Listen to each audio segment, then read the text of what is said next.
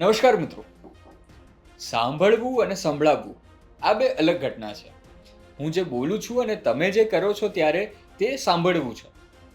હવે એક નેતા છે, એ ધારાસભ્ય છે, તે પોતાની પ્રજાના પ્રશ્નો, પોતાને લાગતા જાહેર હિતના પ્રશ્નો ડિજિટલ માધ્યમ પર મૂકે છે, ઓફિસોમાં અરજી પહોંચાડે છે, પોતાના દ્વારા બનતા બધા પ્રયત્નો કરે છે.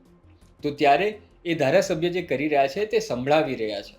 એ ધારાસભ્ય કોણ છે? તેનું નામ છે કિશોર કુમાર કાનાણી, વિધાનસભા બેઠક નંબર 160ના ધારાસભ્ય. તે પોતાના આ કાર્ય માટે ખૂબ જાણીતા છે. પછી હવે સવાલ એ આવે કે જ્યારે તમે સંભળાવી રહ્યા છો ત્યારે સાંભળનારું કોઈ છે કે નહીં. આનું એક ઉદાહરણ આપું તો હમણાં સુરતમાં કમિશનરે બજેટ બહાર પાડ્યું. સુરતમાં પાલિકામાં બજેટ બહાર પડ્યું. ત્યારે આજે બજેટ બહાર પડ્યું તેને લઈને અમુક પ્રશ્નો કુમાર કાનાણીને થયા. તો હવે તેમણે 7 અલગ મુદ્દાઓ પર પોતાનો અભિપ્રાય, સલાહ, સૂચનો તેમણે કમિશનરને આપ્યા છે. હવે જોવાનું એ રહ્યું કે આ જે અધિકારીને જે સવાલો મળ્યા છે તે સુધારાય છે કે નહીં. પણ આ કથાનો સાર એટલો કે અધિકારીઓ અને નેતાઓ વચ્ચે જે આ તાદમ્ય જે છે તે હમણાં ઠીક નથી લાગી રહ્યું.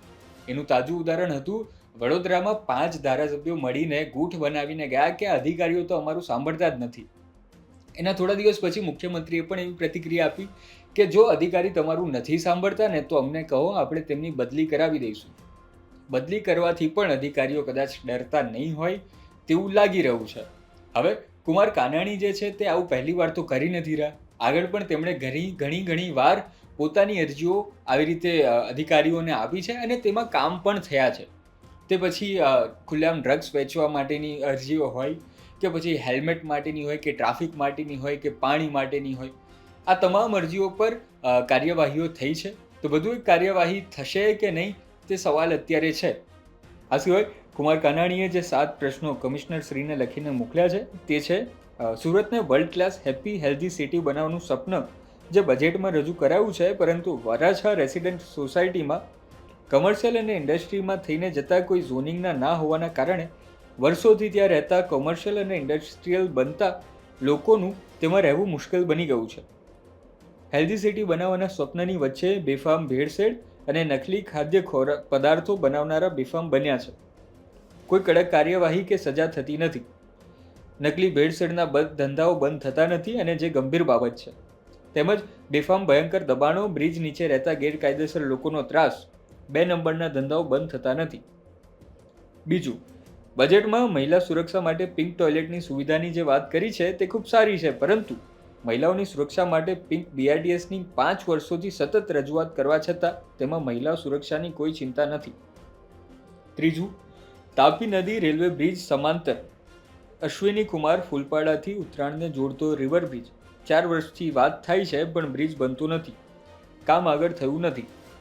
ચોથું, શહીદ સ્મારક અને કિલ્લામાં લાઇટનું શો અને આયોજનની વાત કરી છે, ખૂબ સારી વાત છે, પણ સુરત અશ્વિની કુમાર જેવા મહાભારતમાં ઇતિહાસમાં જેનો ઉલ્લેખ છે તેવા 5 પાંડવ ઓવારા અને 3 પાંડનો વડ જે ઐતિહાસિકતા ધરાવે છે તેના વિકાસ માટે વારંવાર વાત કરવા છતાં તેના વિકાસ ઉપર કોઈ જ ધ્યાન અપાતું નથી.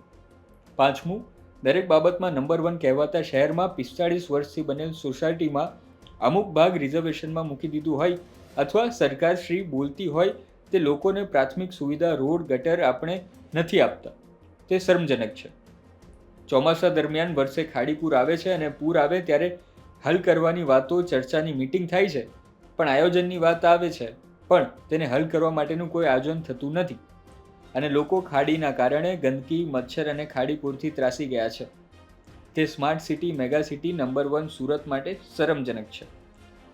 સાતમું, વરાછા રોડ એ જૂનો વિસ્તાર છે એટલે લગભગ તમામ પ્રકારના વિકાસના કામો થઈ ગયેલ હોય છે. હેલ્થ સેન્ટર, તરુણ કુંડ, community hall, auditorium hall, fire station, બાગ બગીચા, સ્પોર્ટ્સ કોમ્પ્લેક્સ જેવી અનેક સુવિધાઓ ઉપલબ્ધ છે, પણ આ તમામની હાલમાં શું હાલત છે, કેવી પરિસ્થિતિ છે તેનો સર્વે કરી રિનોવેશન કરાવવું જોઈએ. આ બધા જ પ્રોજેક્ટ બદતર હાલતમાં છે તેની ચિંતા કરવી જોઈએ, જે કરવામાં આવતી નથી. કિશોર કાનાણી કુમાર. મોટો સવાલ એ છે કે આ જે અત્યારે કરી રહ્યા છે કુમાર કાનાણી, તેમાં સાંભળનારું કોણ છે? સુરતના લોકો કે ગાંધીનગરના લોકો? પ્રશ્ન મોટો છે. જવાબ મળશે 2027માં. ત્યાર સુધી જોડાયેલા રહો ગુજરાત ટેક સાથે. તમને આ માહિતી ગમી હોય તો વિડીયોને લાઇક કરો, શેર કરો અને અમારી ચેનલને સબસ્ક્રાઇબ કરો. ધન્યવાદ.